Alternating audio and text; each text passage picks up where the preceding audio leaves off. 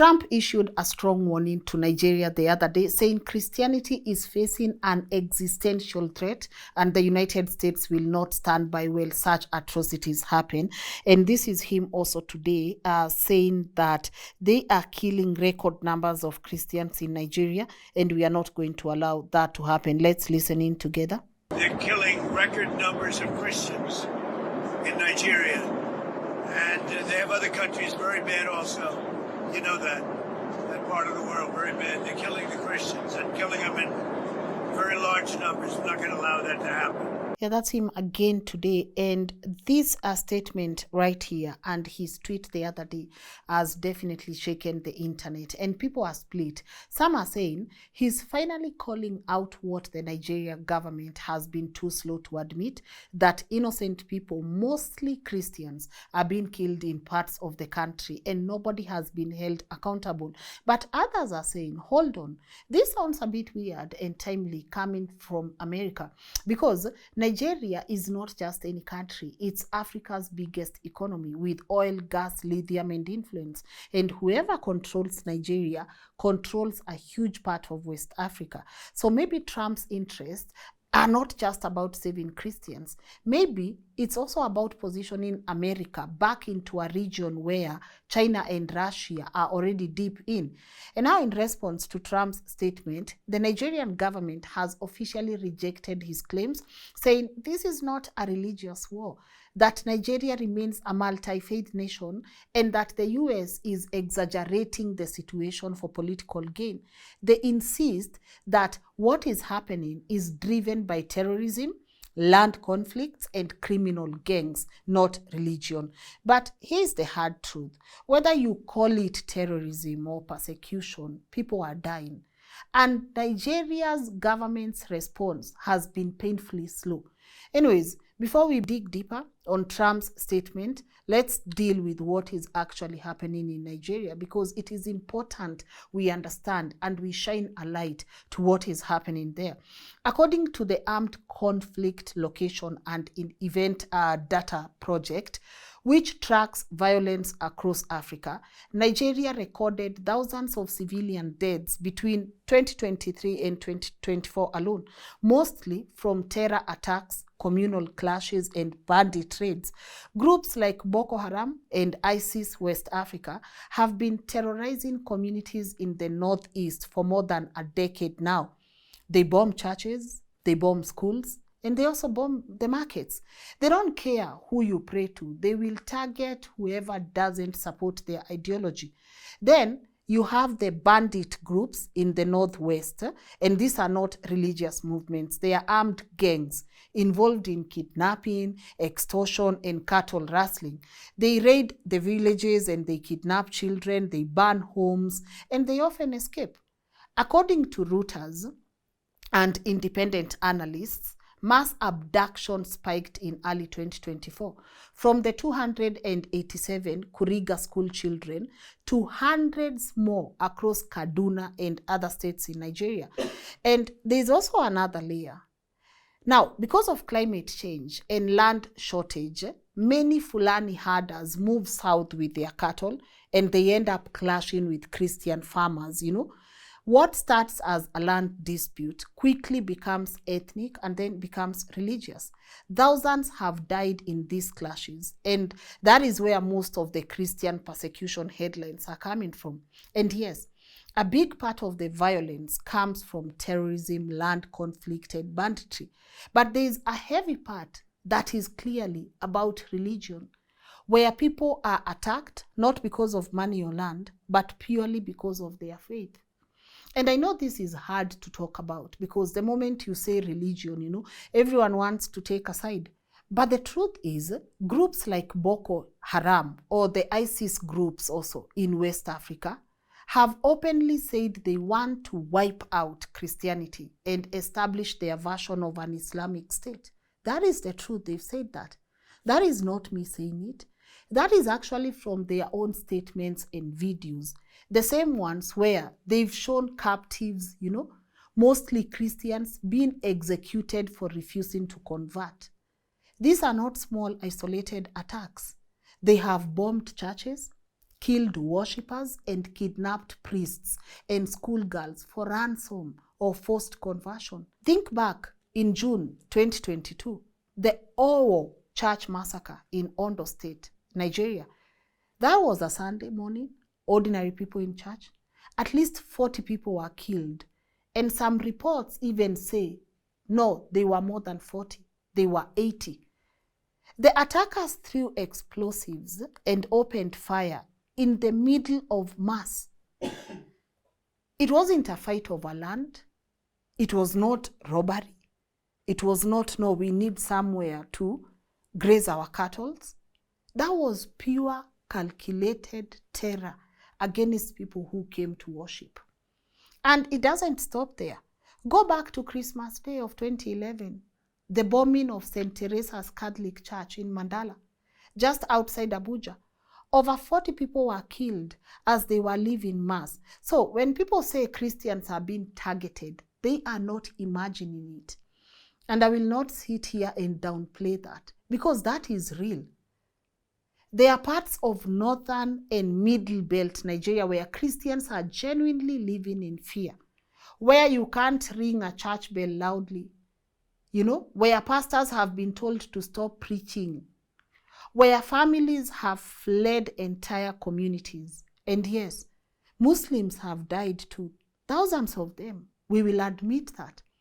But that doesn't cancel the fact that some extremists deliberately single out Christians. And they are not hiding it. They film it, they post it, and they want you guys to know we are doing this. Then you go ahead and you have the Nigerian government saying this is not about religion.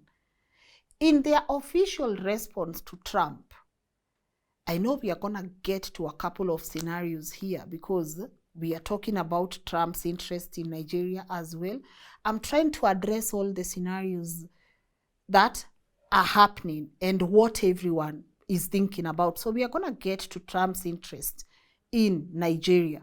But let's talk about that reply by the Nigeria government. They said, the Ministry of Foreign Affairs said, Nigeria remains a secular multi-faith nation where Christians, Muslims, and people of other beliefs coexist. They insist the violence is driven by terrorists, not by faith. But here is where people are angry. And I understand why people are angry. Because while the government is busy defending its image, the killings have not stopped.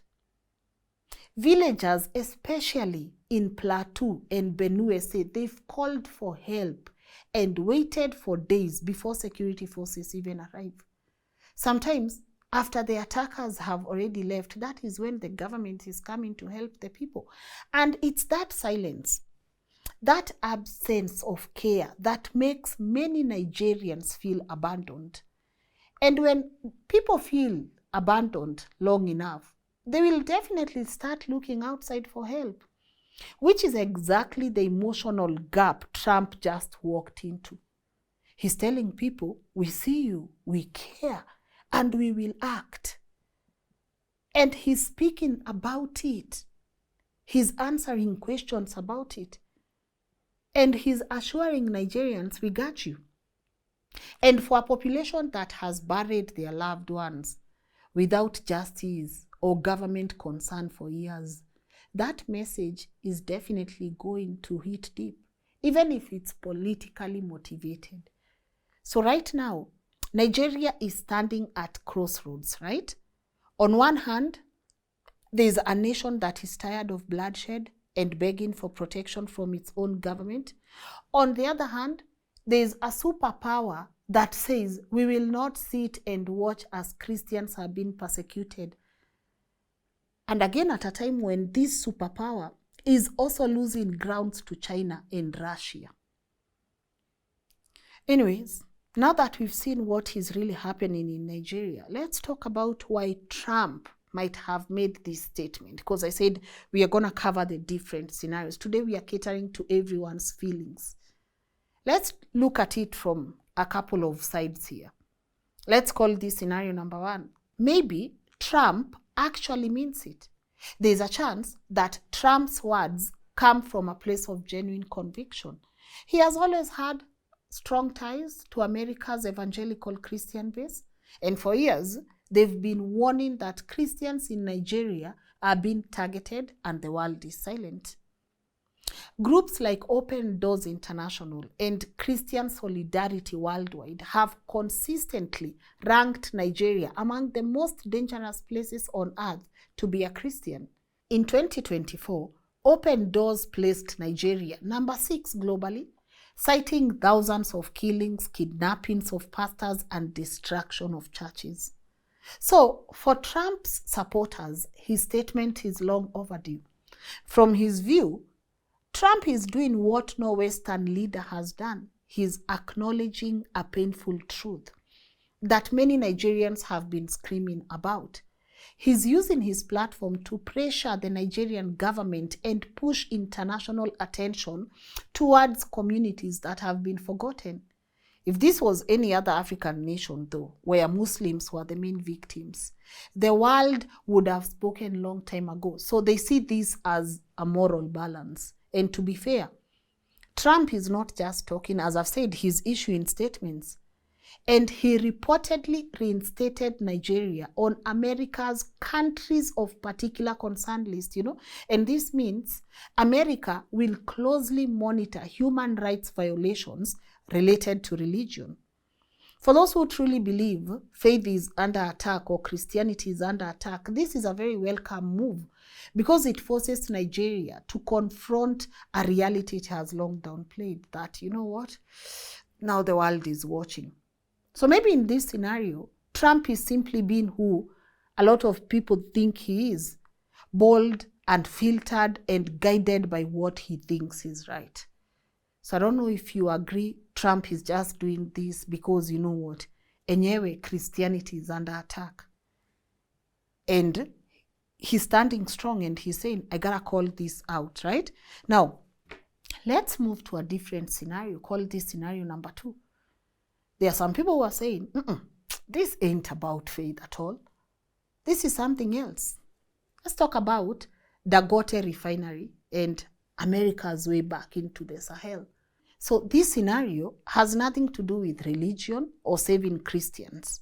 To some people now, we gotta talk about the strategy move here. Because again, Nigeria is not just another country going through hard times. It's sitting right next to Niger, Mali, and Burkina Faso. And these are 3 nations that have completely cut ties with the West and are now working closely with Russia. That alone makes Nigeria the most strategic country in West Africa right now. Remember, the US was kicked out of Niger in 2024. That base in Agadez wasn't just any base. It was one of America's biggest drone and intelligence centers in Africa. And losing it meant losing eyes on the entire Sahel region, a region that is now slowly becoming Russia's zone. High influence from Russia right there. So if America wants to get back into the region, it needs an entry point. A strong country like Nigeria that still trades with the West, has working infrastructure, access to the Gulf of Guinea, and political influence. All right? So see, that country fits Nigeria. Now, add one more piece, as I said, the Dangote Refinery. This isn't your usual oil project. It's a 650,000 barrel a day refinery, the biggest single train refinery in the world. It's meant to make Nigeria self-sufficient and to supply refined fuel to countries like Niger, Chad, Mali, and even parts of Central Africa. Once this refinery is fully up and running, Nigeria stops being just an oil exporter. It becomes the refining and fuel hub of West Africa. That alone changes the power game. Less dependence on Europe for refined products, less foreign control over pricing, more local jobs, more leverage, and more money staying in Africa. And in global politics, whoever controls energy controls influence. And that is why America is paying attention, especially now that China is building infrastructure and buying minerals across Africa. And Russia is offering military partnerships to the same countries that kicked America out. So you can see why a strong, independent Nigeria with a functioning mega refinery and growing regional power might make America a bit uncomfortable. It limits Western oil companies and reduces Europe's fuel exports to Africa. It also creates space for Nigeria to trade more freely with China, Russia, or other BRICS nations, without needing Western approval.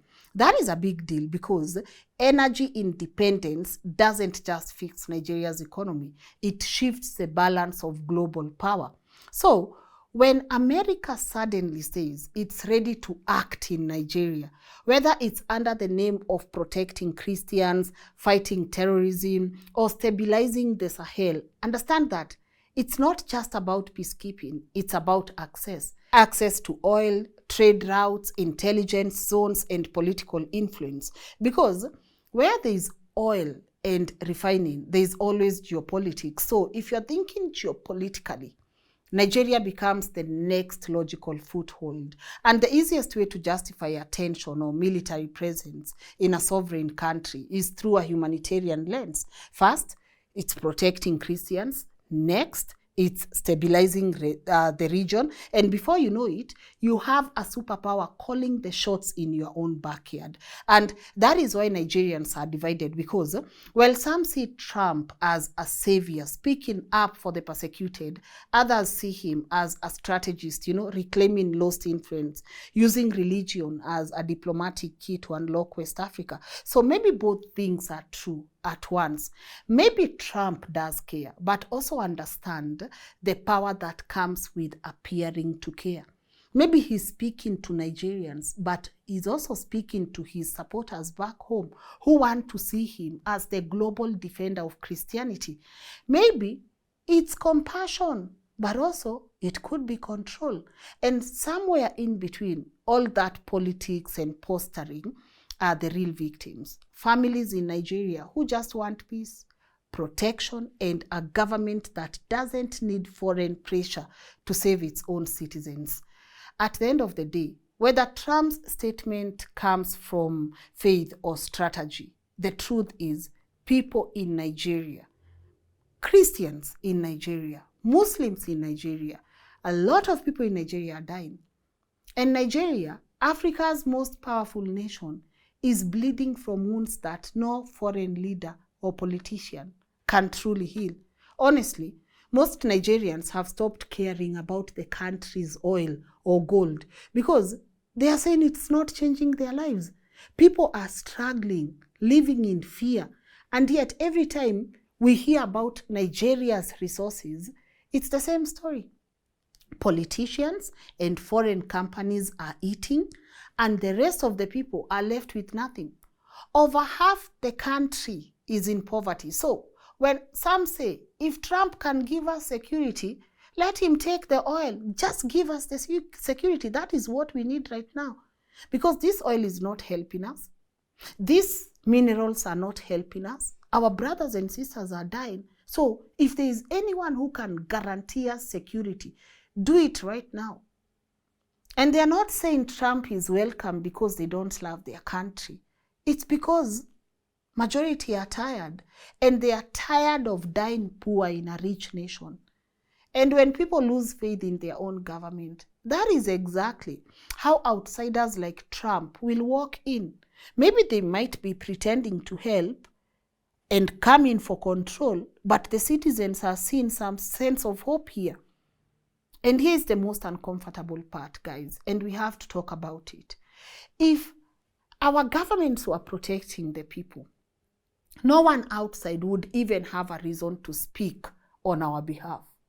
If justice and democracy in Africa works, if victims matter, if communities could count on their politicians, this would never even have become an international conversation. Nigeria's government can dismiss Trump's claims all day. And maybe they are right that, this is not purely a religious war the way Trump says it.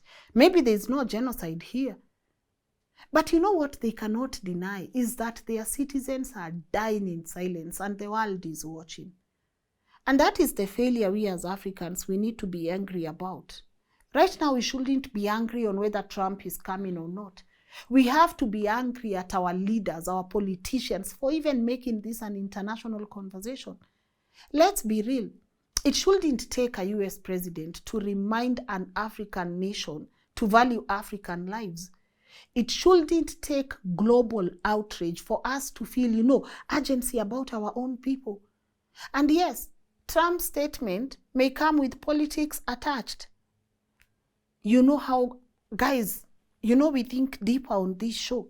So we are not going to ignore, the politics in this, and we are not going to ignore how this might benefit America. We are not going to sit and also just assume Trump just cares about Christians. No. And that is why it was important for all of us to look at this from all different angles. But one thing we also can't ignore is that people are dying. So we won't sit here and just say, okay, let's put all our anger towards Trump and Nigeria's resources. We gotta talk about the people who are dying as well. It doesn't matter whether it's from this conflict or that conflict. Are people dying? Now we should unite in that anger.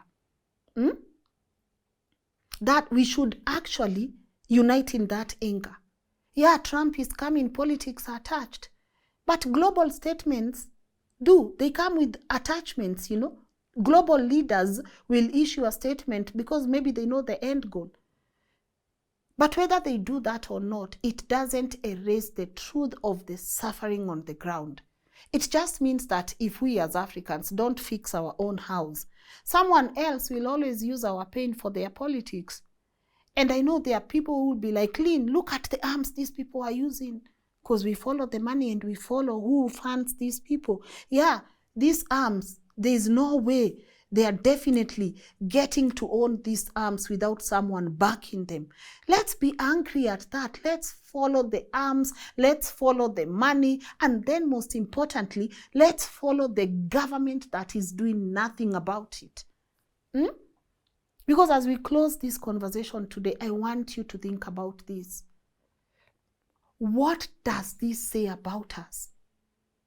When our greatest tragedies have to be validated abroad before they are even addressed here at home, what is happening in Nigeria to Christians there, it's a tragedy, whether we like it or not, no matter which name we give it.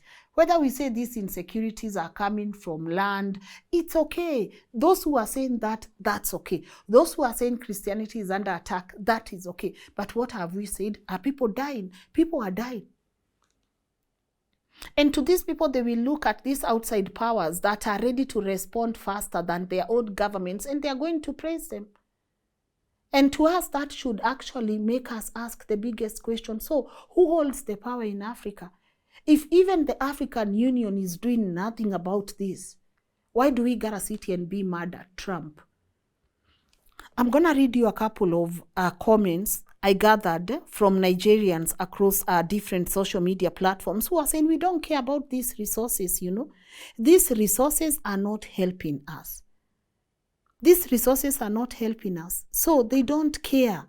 All they care is that none of their loved ones will die today from these wars. All they care about is, we don't care whether you guys don't believe Christians are dying. All we need is security. And Trump is there saying we will act.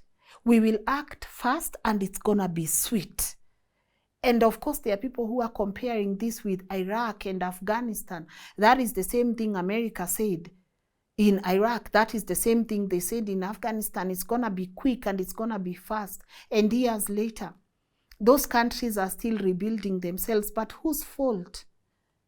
If Nigeria government right now is busy to protect its image rather than act and make sure that none of their citizens die today, whose fault is it that we've left a gap for the global leaders to come and utilize?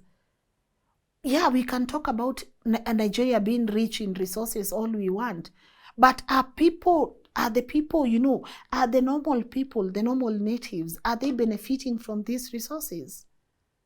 Are they benefiting from these resources? So let me read you a couple of these statements. This is gathered these ones from Instagram. Someone said, of what use are these resources if our lives are not safe? Since Nigeria government failed to protect its citizens and still take these resources anyway. So if Trump can provide security, he can as well take the resources. So long as our children will not be kidnapped from schools, our brothers and sisters will not be killed while traveling by road. And most importantly, our parents do not have to live in fear. Official joke here says, F resources, let them come and take it all, because being a Nigerian, there is no benefit for us anyways. We've never benefited from it. Even the regions where the resources are there is no good infrastructure. And you telling me about resources in exchange of my people dying. Again, F the resources propaganda nonsense. 65 years of independence, no steady light, no good roads, no good healthcare system, no good schools. Tell me one single sector that is working in Nigeria. All they do is to loot and run to those countries you calling devils. Let them come back and colonize us back and bring in those things. These criminals called leaders are running to go on and enjoy over there. All their children's and generations are there, meant in London, in Western countries. If you're living abroad and telling me about resources, F you, And then there was one here, the last one. Someone said, we don't care about the resources. The US can control it because it's of no use to us in Nigeria. We have all the resources, yet we are not protected. We are poor. Our youths are being hunted down like animals. Christians can't worship in peace. If US want the oil, let them have, because we Nigerians don't have the oil either, It's just a group of old men controlling and destroying the whole country. We don't care about oil anymore. Even the region where the oil is located are poor. So what is the point?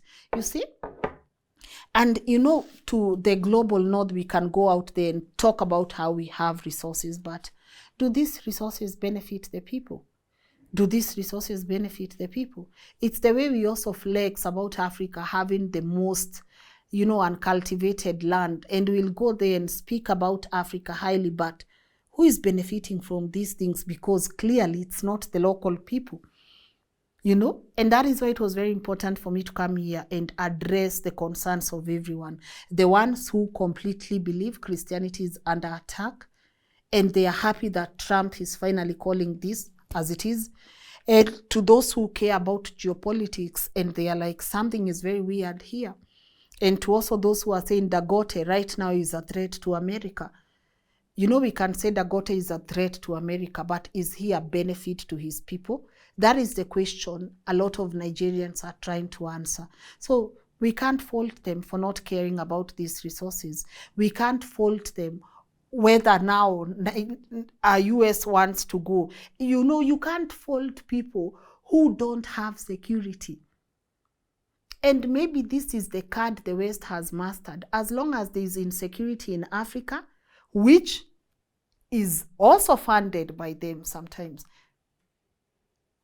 highly funded by them, they've mastered that. Create insecurity, fund these extremists, give them the weapons, create insecurity, and then let's do what? Let's get in there. And then you have a government that acts like they don't care, or they move too slow. At the end of the day, we have to understand how basic needs play a role in our lives. Things like food, security, education, healthcare. Now, whether the global north comes and steals everything from Africa and gives Africa these things, will you fault them? Because even the things we saying we own, are we benefiting from them? You see, the maths that is not math in here. And that is why today we must respect, even on the comment section, everyone's opinion. Because I get where people are coming from. I get where everyone is coming from, whether you look at this as a religious matter or a geopolitics, or you are looking at it geopolitically. I really get where everyone is coming from. So the best we can is honor everyone on the comment section as we brainstorm on what's next. What is next? And what does this say about us as Africans? I would love the comment section to be very solution-based, because we really need to interact and we really need to come up with ways we think, you know what, this is what is next. Of course, you have a government that is failing its people. You have superpowers that are spotting those loopholes. And then you have a religion sector that feels so left alone. We gotta put all these things together and come up with a solution. And then I will constantly use this to also walk you guys through what some of these solutions are. All right? So thank you for watching. I really do appreciate you taking your time and going through, you know, just listening into this conversation. I don't take that for granted. Share your thoughts on the comment section as well. And let's keep it respectful, guys. I always say, we are not the only people with an opinion here. Everyone's opinion is very much respected, okay? So that's it from me. I'm gonna see you guys hopefully tomorrow. So many things that we need to cover, so little time. But I love that we are walking through this learning and relearning journey together. We are able to add 1 + 1. I love on the comment section, you guys are saying, Lynn, thank you for always reminding us to follow the money. Follow the money. Follow the people who are funding such activities. Follow the people who are also buying arms and resources from these countries. Follow everything and question everything, okay? Please normalize questioning things. It doesn't mean you're going mad. It just means you have allowed yourself to awaken and to understand that sometimes 1 + 1 ain't 2. Maybe it's 91, alrighty? So share your thoughts with me on the comment section. I want to thank you for watching our video on Sudan as well. Our thoughts and prayers are with our brothers and sisters in Sudan. I see a lot of people asking me to talk about the people in Sudan. Do they consider themselves Arabs or Africa? And where did this come from? And I hope I get time to be able to go through that as well. I also see someone asked me to talk about what happened to our oil in Turkana. We'll definitely take a look at that. So I look forward to covering these conversations. And I see your feedback. It's been beautiful. Thank you to everyone that is congratulating us on our new approach. I think for me, I don't want to do anything else than this at the moment. And I think part of being a creative is honoring where you are creatively.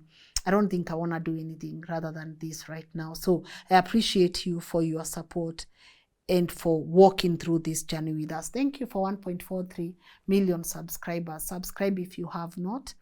It goes a long way into making sure that this work definitely reaches the people it's supposed to reach. And thank you for supporting independence journalism. I see you and I honor you and I appreciate you. Thank you for your M-Pesas. You can always contribute through our M-Pesa number. There's a paybill number there as well, or through our PayPal account, okay? As I said, hopefully I get to see you tomorrow. In the meantime, let me know on the comment section what your thoughts are, and I look forward to interacting with you on the comment section as well. And a huge shout out to the team that gets to put this work together. Shout out to Muga. Shout out to our lovely, incredible, hardworking scholar. Thank you so much.